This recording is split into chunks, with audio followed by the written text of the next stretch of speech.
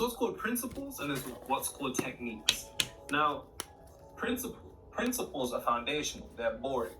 And because they're boring, they're not sexy, so they're not going to catch your eye. But the thing about principles is that they're timeless and they're eternal. And so long as you master the principles at a foundational level, you won't be as reliant on the techniques as you are. Chances are, if you're like me, when I was trying to figure all of this stuff out, we jumped from technique to technique, trying to see what's the latest and only technique that works. But one thing that I want to tell you that the manifestation industry won't is that there are no secret techniques. There are no techniques that work. The only technique that will ever work is you. It is the emotional conviction that you pour into a particular technique that actually activates it. And that emotional conviction is a principle that I'm going to be touching upon in this video today. Now,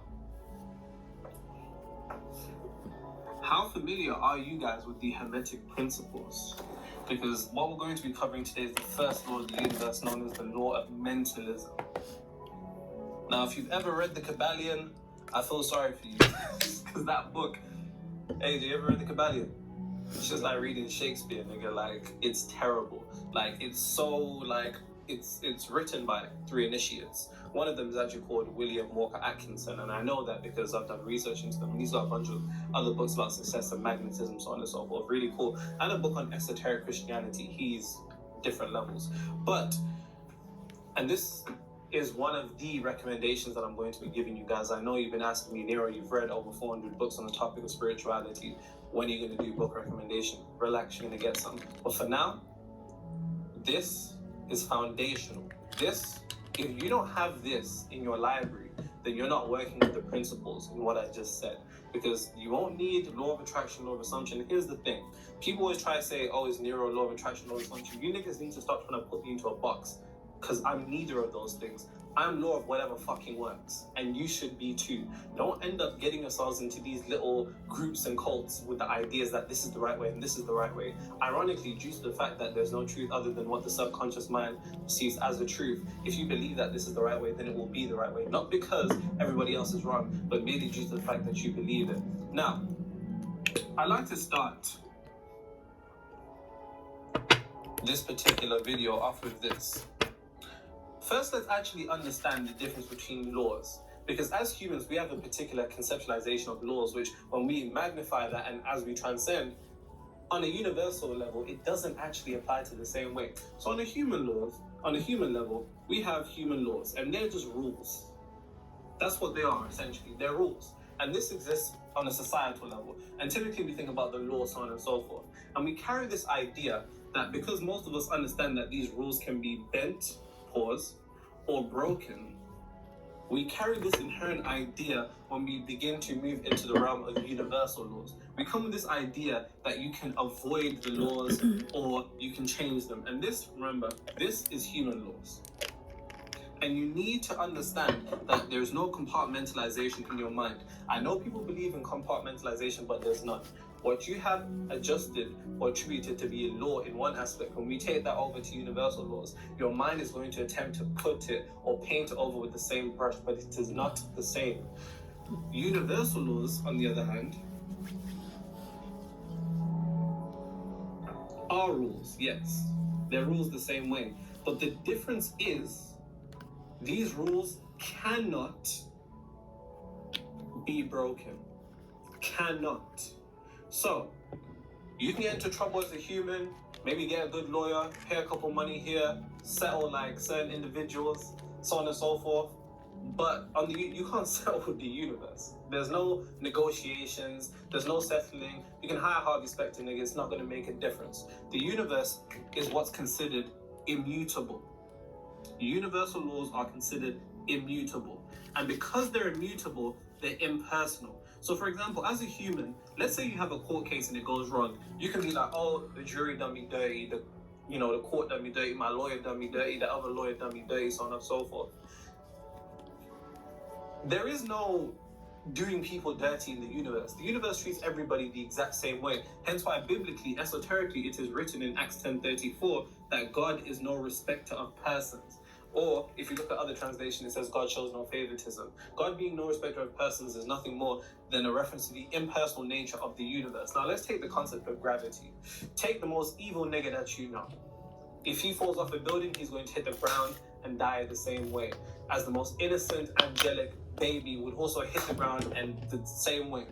For the mere fact that gravity isn't going to stop and be like, no, hold on. Let's let him fall, but let's save her, because it doesn't work like that. Electricity isn't going to stop and think, how many heaven points does this person have before I shock them? Fire isn't going to think the same way. And this is what you need to come to the true esoteric understanding of what God really is on a deep level. On an esoteric level, God is an impersonal energy that is considered to be the most high frequency, hence why it's the most high.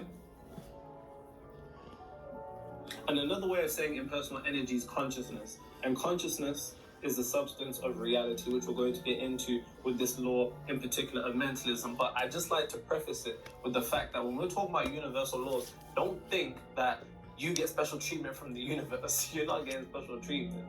You're not. The universe is immutable and it's impersonal, and its laws cannot be broken. All of our suffering, and this is a bar, write this down because I've already said it in my head, all of our suffering as humans comes from our inability to align ourselves with universal laws. Because when you try to attempt to go against universal laws, you attempt to go against God. And when you attempt to go against God, you go against yourself, because God is within, which results in internal conflict, which is then manifested and projected and externalized as outer conflict. You must be in direct alignment with the universal laws. So it's important that you get to them. Now, you guys are probably thinking, yeah, but law of attraction, Nero, but law of assumption. Those are nothing more than humanistic conceptualizations of the 7 Hermetic principles, as you're going to be seeing over this series. It's not like the universe says, I'm going to create this law called law of assumption, and then it ticks it off when somebody acts within it and acts in accordance to it. It doesn't work like that. They're nothing more than our societal conceptualizations of the Hermetic principles. Now, a little history lesson on the Hermetic principles. They actually come from an entity, yes, an entity known as Jehuti, or Tahuti, or Thoth to the Egyptians, Mercury to the Romans, Hermes to the Greeks, Gungan to the Mayans, Enoch in the Bible, the Prophet Idris in the Quran. This is an entity that is reincarnated over multiple particular lifetimes and supposedly comes from a different civilization. Now, I don't want to get into spiritual niggas that believe that, you're this and that. I was talking to somebody the other day and they were like, yeah, I just had to get in contact with my planet of origin. Like, what? Wait, what's that? See, that's the thing when you go down the spirit hole, AJ. Different planets, galactic this, all of this, all of that.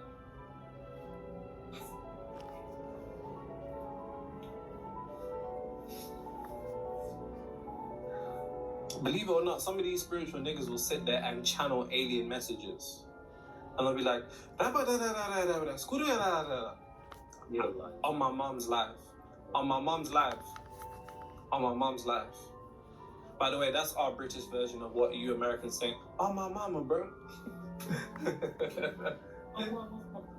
Speaking of which, to my Americans, I think it was maybe a week since I've eaten Chick-fil-A. I'm back in the UK. That's all I can think about. Apparently, they put addictive chemicals in the burgers in Chick-fil-A.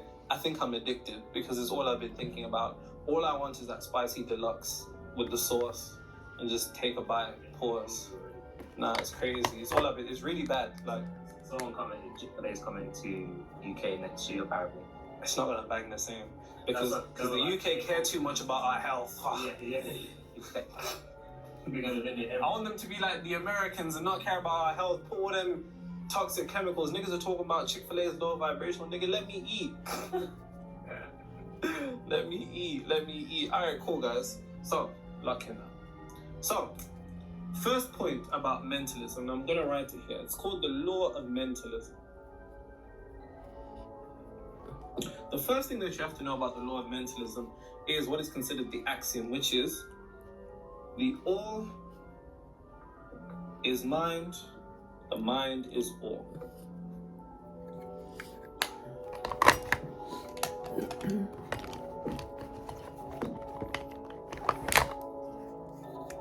One thing that I'd also like to mention is that the foundation of a lot of these particular societies is Hermetic philosophy, which is the Kabbalion. And I know this as friends who are in certain societies and they tell me that this is what they study. This is foundational. So don't get caught up in the gimmicks of the 369 method. Write down your journal in blue ink. This is the best way to do your vision board on Pinterest. This is the perfect affirmations that you need to make yourself. Don't get caught up in all of that shit, because all of that stuff is shiny object syndrome. And so long as you chase these shiny objects, you'll be negating the shiniest object in the universe, which is you. So let's go to the foundational principles, because what you don't realize about the Hermetic principles is that they're not something that's outside of you. They're something that is within you. Just as Jesus said esoterically in the Gospel of Thomas, the kingdom of heaven is inside and outside of you. The universe is inside and outside of you. And these particular concepts, you're bound by them. So you need to stop thinking like a human and start thinking like a universe. Now, that was a bar, write that down. Now, the all is mind, the mind is all. Now, what does this particular axiom mean? Well, the first thing that you have to come to an understanding of is that the Hermetics believe that the best way to categorize God is as the all, because God encompasses everything in our reality, all. The entire world, all the people, all the bad things, all the good things. God is above the law of polarity, which is another law I'll be covering in the next couple of, I want to say weeks, but I'll be lying to you niggas. Eventually, you're going to get some. Just relax. It's the conceptualization, or more so an encompassing of everything. And what they're saying is that God is mental. But more specifically, we exist in the mind of God. Now, this is very, very tricky.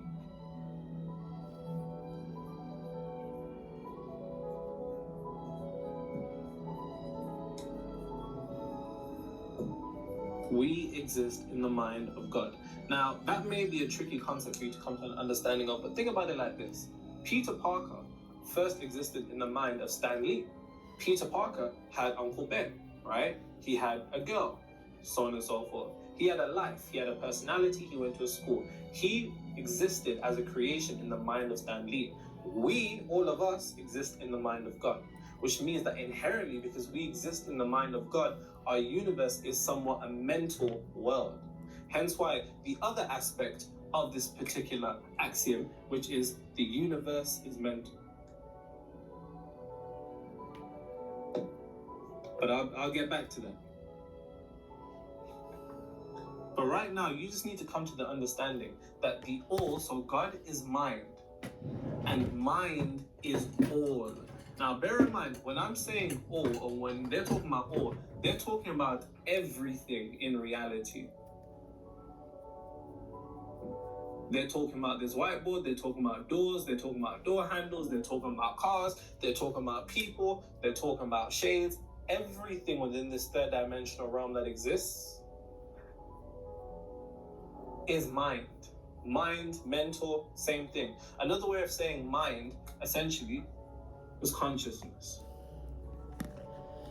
Another way of saying consciousness is mental world. The entirety of this world is mind. The all is mind, and the mind is all. And I'll give you. Let me give it to you. Hold on, pause. Let me give it to you. Hey. So, let's take this concept, right? So, inherently, we live in a material world. This physical plane that we live in is a world of materiality. It's physical. It's tangible.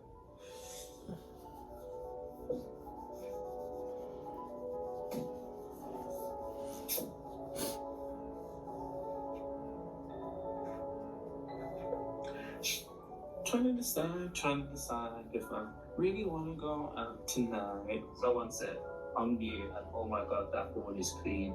And why the baby oil? Bro got an extra towel to do an extra reds on the board. Why the baby oil? It's because for the longest time, the members of this channel have been accusing me of being oiled up. So I just decided to just end the allegations. If you can't beat them, join them, innit? And I was not oiling up prior to that, and I'm not oiling up. AJ thinks I'm still oiling up, but I'm not. You probably look the most oiled up you've ever been. Right now? Yeah. You think so? Yeah. Anyways, so, back to the point that I was saying. We live in a world that is inherently material. We live in a material universe, material world. Another way of saying that is a world of matter. Because the universe, the world around us is made out of matter, hence why we can touch things and it's tangible. Matter is a combination of particles. Now, here's the thing about matter.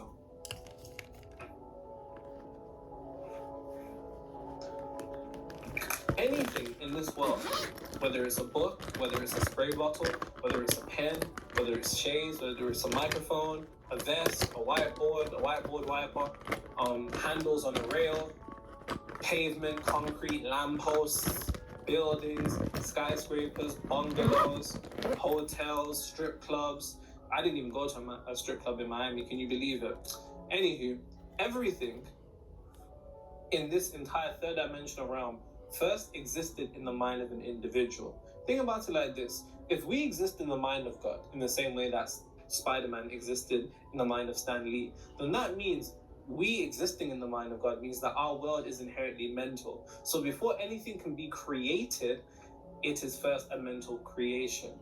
Before anything can be created, it first must be a mental creation. This includes matter. Now,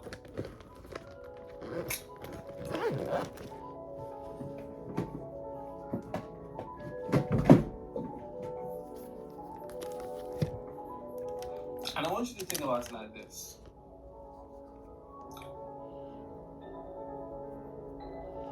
Consciousness and the world are one. So when it says the universe is mental, it is talking about the physical plane, but it's also talking about the spiritual plane. And I spoke about this from the creation of what's considered egregores, which are thought forms, which then are created from mental and emotional energy, which then pick up a particular vibratory rate, which then exists on the spiritual plane, which then eventually compounds and becomes an actual entity, which is a being without a physical body. But that's something else entirely. But on this physical plane level, what we consider consciousness or mind and matter is one. And I want you to think about it like this. Let's think about it like ice and steam. So let's say that matter is like ice. You can touch matter, you can touch ice. You can't really touch steam. You can't. In the same way that you probably can't touch consciousness, you can't touch the mind. The thing about steam and ice, just like matter and consciousness, is that they are the same energy. Same energy. There's only one difference between both of them. Do you know what that is, AJ? Oh, I don't. Go on. The rate of vibration. Bingo.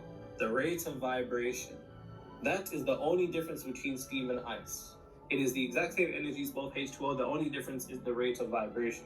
Once you alter the vibration of water to a certain degree, it can become ice, and then it can also become steam. And this is the same thing when it comes to matter and consciousness.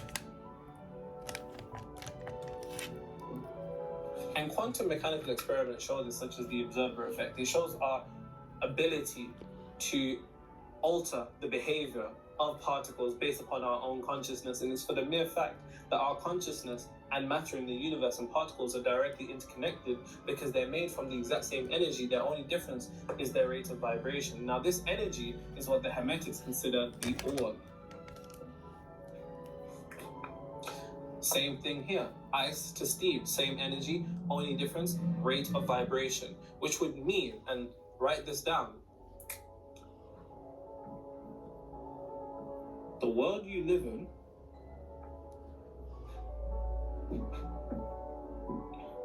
is a world of essentially frozen imagination. That's a bar, write that down.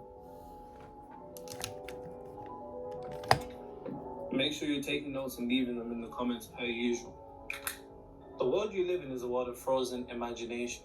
In the same way that you can touch ice, but you can't touch steam. But when you alter the vibration of steam, it then becomes ice. When you alter the vibration of consciousness, it eventually becomes matter and becomes something that you can touch. The world that we live in is frozen imagination, it's frozen consciousness.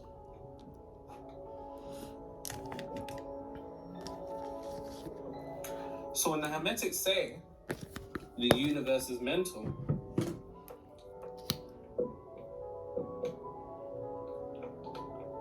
they literally mean it. Eventually, when I go out this room, I'll be putting my hand on a door handle. That door handle is frozen imagination. As I'm holding this pen is frozen imagination.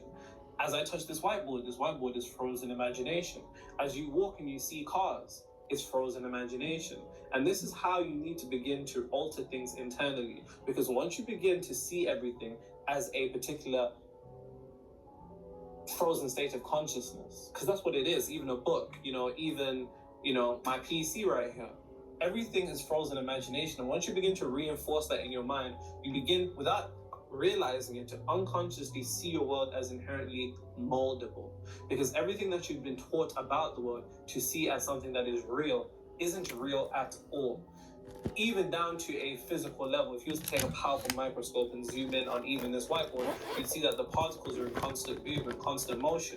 So it can't be real if our definition of real is something that's associated with permanent, because these particles are moving.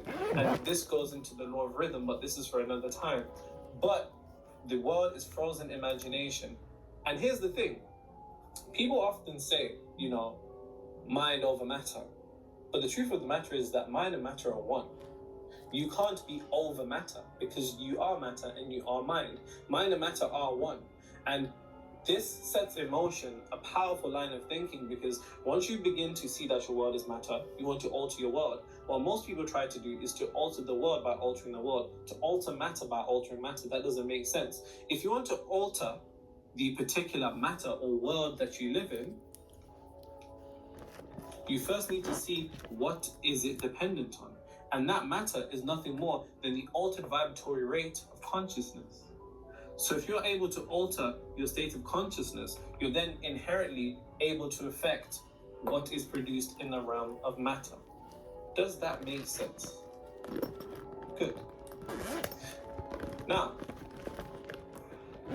as I mentioned earlier, the way that you need to be looking at the world is inherently a mental world, which is the complete opposite of what you've been taught to conceptualize it as, based upon the way that you were raised, based upon the way that we are raised in society. We're taught to see the world as nothing more than a physical world. And because it's been so conditioned into our mind as a physical world, we associate all changes to be physical without coming to the true understanding that if the universe is mental, if we want to alter our universe, then what we need to do is to alter our mental, which is the process of everything that we do on this channel. As I always say to you niggas, spirituality without the ability to control your reality is vanity, and it is your ability to control your reality that is the epitome of spiritual mastery, because the process of altering your reality is a spiritual one, because the process of you altering your consciousness to alter matter. I'm just going to let that marinate for you guys. Now, here's the thing.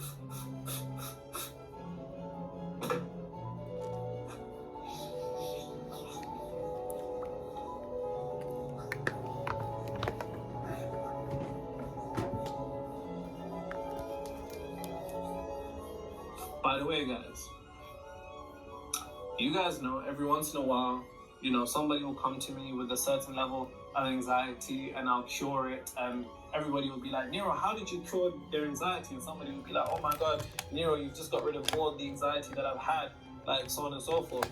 And you always know, so I'm going to do it right now. And I've done this in every other video. Well, some can't be curing anxiety all the time, guys. So, if you want your anxiety to be cured, go listen to a song called C-Biz, The Game Is Mine.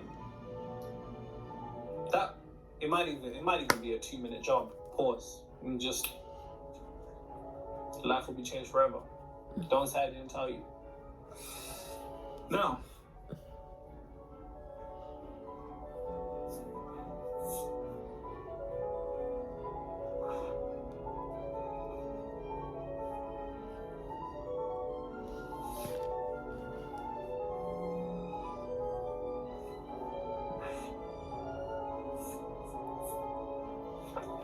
so, as I was saying, the thing about the Hermetics is that they say that the universe is mental, and they're completely true. And this goes down to very deep levels, because here's the thing. If we take the axiom, the universe is mental,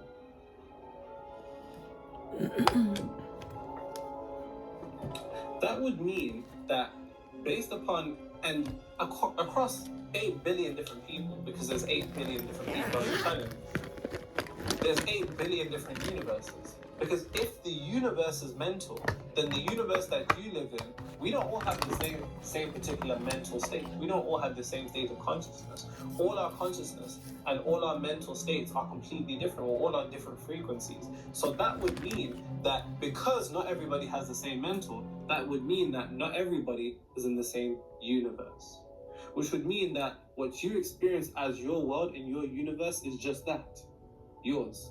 Because it is directly interconnected to your mental, your state of consciousness.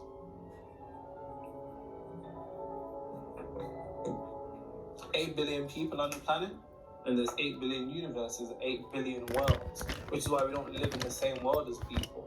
Hence why we can experience the exact same thing and walk with completely different opinions on what happened or versions of what happened, because we are experiencing different versions of reality based upon being different versions of frequencies. Because here's the thing, what you don't realize is that your consciousness or your frequency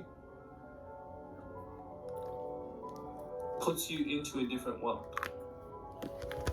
So when we're talking about the universe is mental, across many different people having different particular frequencies, different states of consciousnesses, multiple people are in different worlds. But your universe is nothing more than the creation of your mental, which would mean that based upon some of the mental beliefs that people hold in their head, they will be put into different universes, which actually brings me to an important sub-law of the universe is mentalism, which is you make the law.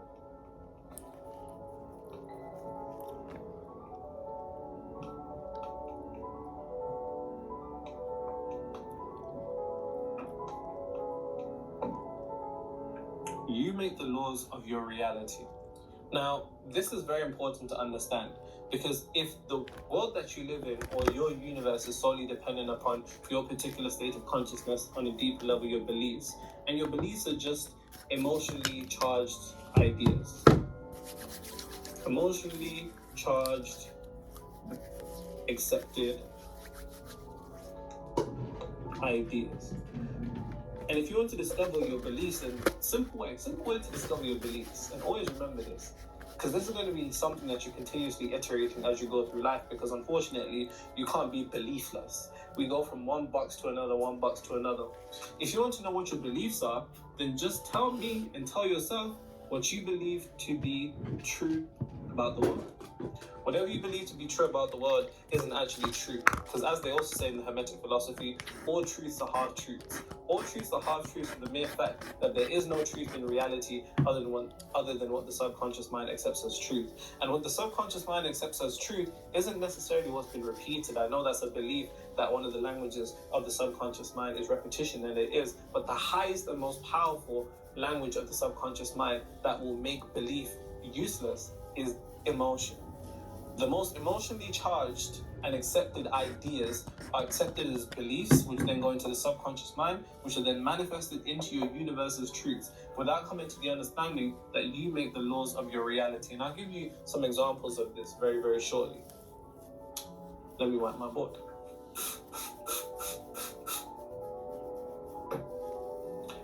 Listen to song here in my heart.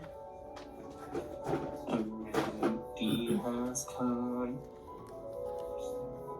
Oh, the time has come for my dreams to be heard. They will not be pushed aside into your room, all cause you won't listen. I don't have those notes. By the way, guys, AJ thought that was sang by Alicia Keys. Have you decided? We're talking Alicia Keys or Beyonce? Who do you think? Who do I think? Alicia Keys is personally my favorite, but I have to put Beyonce there. Yeah, Beyonce is the best. Cause she's just got too much in the catalog. She's got too much in the catalog. I don't really listen to her like that. You don't listen to Beyonce like that. It's because you forgot all the bangers that she dropped. I Am Sasha Fierce. Yeah, I'm on those. Yeah, and then she's got Halo. She's got I'm a diva. Alone. A diva is a female version of a hustler. Stop the track, let me state facts. The only thing in my head right now is 7-Eleven. 7-Eleven. Shorty side, wait. Smack it in the air, pause. But Alicia Keys got banger. She got bangers, bro. Nah, she does, but Beyonce is just... She's just that. Beyonce or Rihanna? Still probably. Rihanna shows more personality nowadays, you know what I'm trying to say? She seems more human. Still gonna pick Beyonce. You can't say she seems more human when I'm being accused of being a reptile, clone, Caucasian as well. That's crazy. Unzip. Unzip. Alright. Or they put batteries out my back. Now, guys, for the mere fact that, as I stated earlier, that you exist in your own universe based upon the beliefs that you have, which are nothing more than the truths that you accept. The truths that you accept are nothing more than beliefs, because there are no beliefs in reality. There are no truths in reality other than what the subconscious mind accepts as true. But on a deeper level, there are no truths in reality. What they really are ideas wearing the mask of a truth, which are nothing more than beliefs, which beliefs are nothing more than the emotionally charged accepted ideas of the mind. If you want a new belief into your mind, then you must emotionally charge it to such a powerful degree that it displaces a resonant or belief that is pre-existing, and it overwrites it. And those beliefs are nothing more than ideas. Now, here's the thing. Because your universe directly puts you into your own world, then you have to come to the understanding that your world is nothing more than built on truth, built on beliefs, built on ideas. And let's start over here with beliefs and ideas. Let's take the concept of that I mentioned earlier, which is you make